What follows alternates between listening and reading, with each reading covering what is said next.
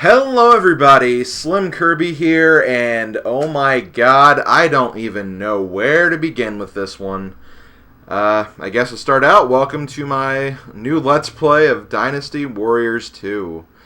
I'm going to go ahead and let this next little, I guess, cutscene play out, because I have a lot I want to talk about, and this is something extra that I can technically be playing along while I'm talking. But for those of you who know me, I am a huge fan of the Dynasty Warriors series. I've always been a fan. Honestly, it was like, technically, and I'll get into the specifics why I say technically later, but this is probably like the first game, or the first series I ever played on a PlayStation when I owned my first PlayStation 2. So, you know, it has a lot of nostalgic value to me, and it's a series that I've just always enjoyed, and I've always loved playing. It may not be the most exciting type of gameplay for people, maybe even not that exciting to watch, but, you know, this is a series that's, you know, very high on my favorite series of all time list, and, you know, for my YouTube channel, I think it's important that I cover this because, well, it's a part of my gaming career, I guess. But there's probably a lot of questions you guys have, namely, what kind of game is this? Why am I starting with Dynasty Warriors 2 and not Dynasty Warriors 1? I guess I'll go ahead and get that out of the way first. The reason why I'm playing Dynasty Warriors 2 and not 1 is a drastically different game than what the rest of the Dynasty Warriors games are, because there are 8 installments of the Dynasty Warriors series, and 2 through 8 are the same genre. They're the hack and slash 1 versus 100 type of hacking and slashing gameplay that the series has been best well known for.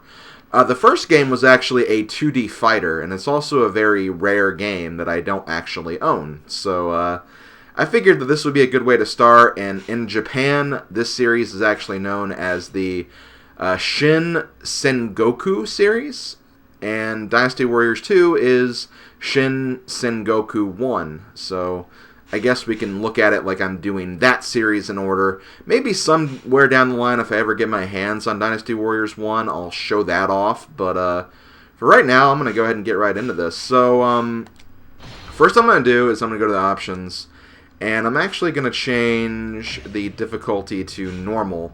There are 3 difficulties: easy, normal, hard.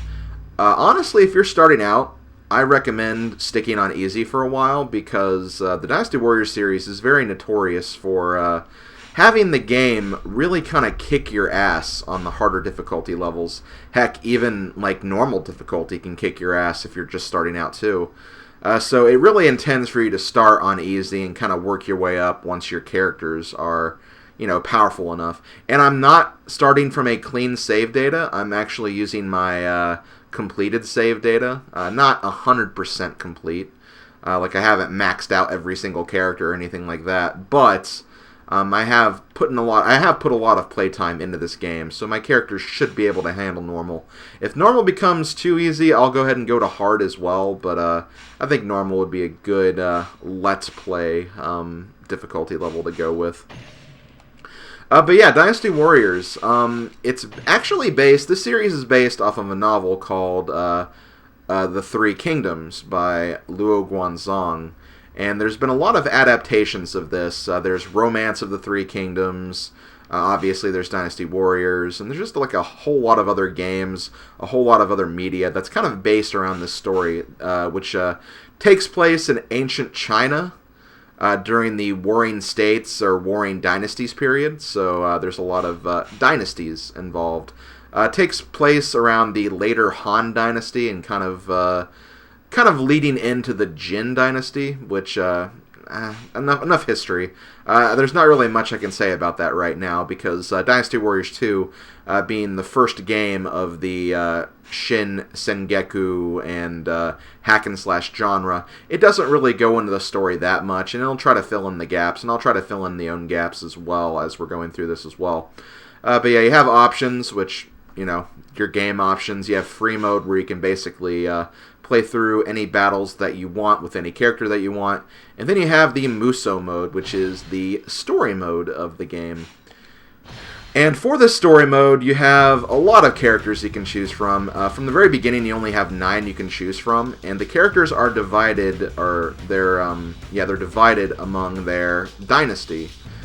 So we have the green characters, which are part of the Shu Dynasty. You have the red characters, which are part of the Wu Dynasty, and you have the blue characters, which are part of the Wei Dynasty. So in this game, there's essentially 3 story modes, where each dynasty has their own set of battles that you go through, and really you just pick what character you want to use through those battles. So I'm essentially going to be playing through story mode 3 times, 1 for each dynasty. So I'm going to start with doing a Shu playthrough, then I'll do a Wei playthrough, and then I'll do a Wu playthrough. So for my character, I've been giving this a lot of thought, and I've figured out that I think the best way for me to do this is, because my first experience of playing this game was through the PlayStation 2 first demo disc, I'm going to actually pick the 3 characters that were available on that demo disc, kind of for old times nostalgic sake, I guess you could say.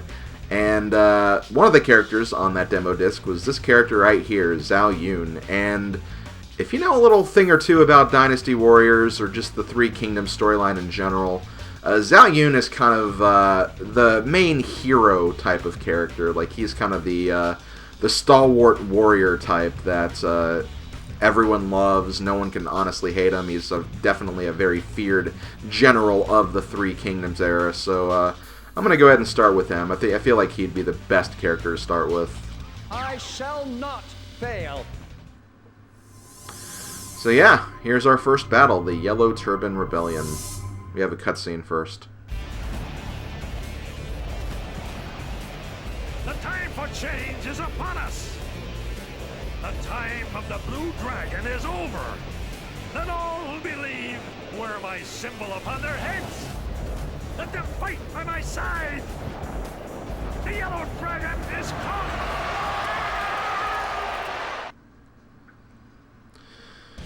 Okay, I'll explain the cutscene in a little bit, but the game also will do that too, so you can use this background as a way to get some of the story out of the way, so I'm going to go ahead and listen to this as well. In the spring of the year 184, Zhang Jiao raised the Chinese people against the decadent and corrupt Han Dynasty. Followers of Zhang proudly wore yellow cloths around their heads. Thus was born the Yellow Turban Rebellion. The beleaguered Han sent out their call for help and ordered a campaign against the Yellow Turbans, who numbered in the hundreds of thousands. From all across the country, brave men and women stood to answer this call of duty. Their stories, their legends are about to begin. So basically, at this point in time, the Chinese Empire is controlled by the Han Dynasty. And, you know, they rule over the entire country. There are little different factions of the dynasty across the land. And this group of extremists called the Yellow Turbans, led by Zhang Jiao, they don't like the Han Dynasty, so they're going to have a little rebellion here to kind of silence the Han Dynasty and kind of get them out of power. And so the Han Dynasty kind of gathers together and they're going to quell these rebels. What's fascinating about the Yellow Turbans is they can actually use magic. So they can summon like supernatural like powers to fight alongside them, which, you know, seems kind of unfair. But I think with how they describe it in the novel, it's not so much like magic powers, like being able to shoot fire and stuff like that. It's more so like performing miracles, and they kind of perform miracles by use of, I guess, just kind of manipulating the land and stuff of that nature. But they pass it off as them using magic, so I think that's how it works. Again, I haven't looked too deep into kind of this kind of stuff. I have read the novel once. I got it a long time ago for a Christmas present when I was like really, really obsessed with this game, or this series of games. And that's kind of how I know some things about this. Plus, I have played like all the games like numerous times. So I'll try to fill in what I can, but it's a very big novel. There's a lot of information in the novel, so I can't be expected to cover every little thing. But anyway, that's the background. Basically kind of sets up the battle and the story kind of going on behind the scenes. Conditions, this basically tells you like the conditions for victory. So for this, we have to defeat Zhang Jiao, and the conditions for defeat, we lose if He Jin is defeated, or if we are defeated, and we can be defeated by simply losing all of our health, or, okay, there we go, or if time runs out, because we have 100 minutes to complete this battle. I know that might seem like a really long time, but these battles, like, they only take about 20 minutes usually. They don't take 100 minutes to do. It's just being really, really generous, or if like you're playing on hard mode and you're having a hard time or something, so it's really not that bad. You can also take a look at all of your allies. You can see all the generals and all the sub-generals and officers that they have. We are in Shu. We're playing the Shu story mode, so we're actually under Liu Bei, who's a very virtuous young man. He really cares about the people. He really loves the people, and a very, very great man filled with benevolence. So he's a really, really good guy, a really outstanding individual, I guess you could say. But then you have all these other officers too, and then obviously the other main forces. We have Sun Jian, who is leader of the Wu forces, or what will be the Wu forces later on, and then you have Cao Cao, who will lead the eventual Wei forces. Cao Cao will definitely be seen as kind of like the main antagonist of the game. Except when you're playing as the Wei forces, obviously. But, yeah, Cao Cao is definitely going to be a big deal, as we'll see later. And I guess I should say that his actual name is Cao Cao, not Cao Cao. But the game definitely pronounces it as Cao Cao until Dynasty Warriors 6. So, don't be surprised if I call it that. And then private, you can basically just take a look at your stats. As you can see, Zhao Yun, he's maxed out. So I have played this game enough to the point where he can't actually gain any more points. I think he can still increase his stats, though. I think. We'll have to see as we're going through this playthrough. But, yeah, essentially he cannot gain any more points. points don't really do a whole lot. I have kind of a theory for what they do, but I'll get into that later. But yeah, let's go ahead and get started here, because I've been talking a lot, and I haven't actually played any of the actual game yet, so it's probably important that I get around to that.